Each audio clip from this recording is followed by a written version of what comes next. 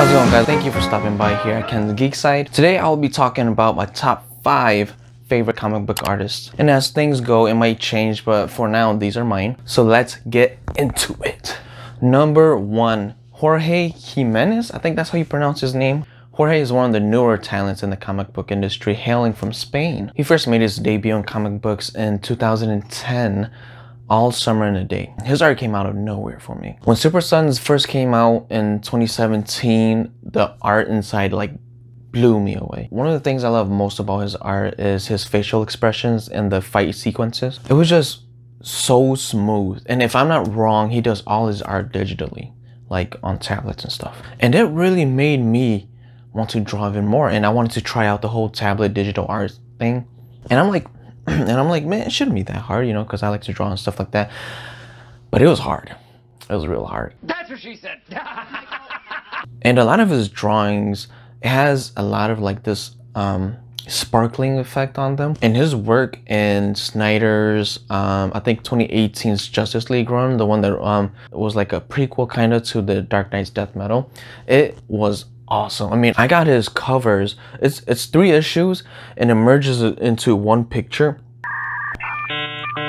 And that's probably one of my favorite like covers of all time. Just those 3 issues put together for one big picture. Awesome. I mean, he's a master at his craft, so I can't wait to see what's next for him. Number 2, Leinil Francis Yu. Leinil's first comic book debut, I think, was The Last Celestial Knight #3 by Wildstorm Comics back in like the early 90s. I mean, dude, he has an extensive resume. He looks young, but I mean, I guess that's the thing about Asians, right? We don't look old. What I like most about his art is his attention to detail and his anger facial expressions. My first introduction to Leinil's work was in Mark Millar's Superior, like the Millar World's version of Shazam. And a big part of the reason why I love that book was Millar's writing and also Leinil's artwork. When I first got it in my hands, I was like, man, what a badass cover. And then I opened it and like the art was the same inside, and I was like, man, what a badass book. One issue of 2019's, I think it was 2019's X-Men that I absolutely love because of Leinil's work is issue 11, where Magneto leads the X-Men into a battle with like the invading aliens. And boy, let me tell you, if that issue had no dialogue in there, I would know exactly what's going on, because his art speaks so much. I would have totally just understood the whole issue if there was no dialogue in there. And talking about real, number 3, my man Alex Ross. That's right. Alex Ross is the king of realism and painting. I don't even think there's much to say about him. That man is a perfectionist. In every drawing and painting he does, it's like you believe that superheroes are real. I mean, there's always a joke going around in Hollywood, especially with some actors, like, you know, they're just people in spandex suits that are tight, but Alex Ross makes it work. One thing I really appreciate about Alex Ross's work is that he uses real people for his paintings, like real models, and he doesn't over muscleize them. Like, if you look at the comic book industry nowadays, right, you see Superman like super buff, biceps are popping out, lats are freaking you could big lat syndrome or whatever. And I really appreciate that, because let's face reality. If Arnold Schwarzenegger, 7-time Mr. Olympia, was to wear a spandex suit, you wouldn't see all his muscle striations. And they literally have to be naked for those striations and muscles to pop out like they are in the comic books. Oh, and one thing, he does not care about double chins. He makes it work.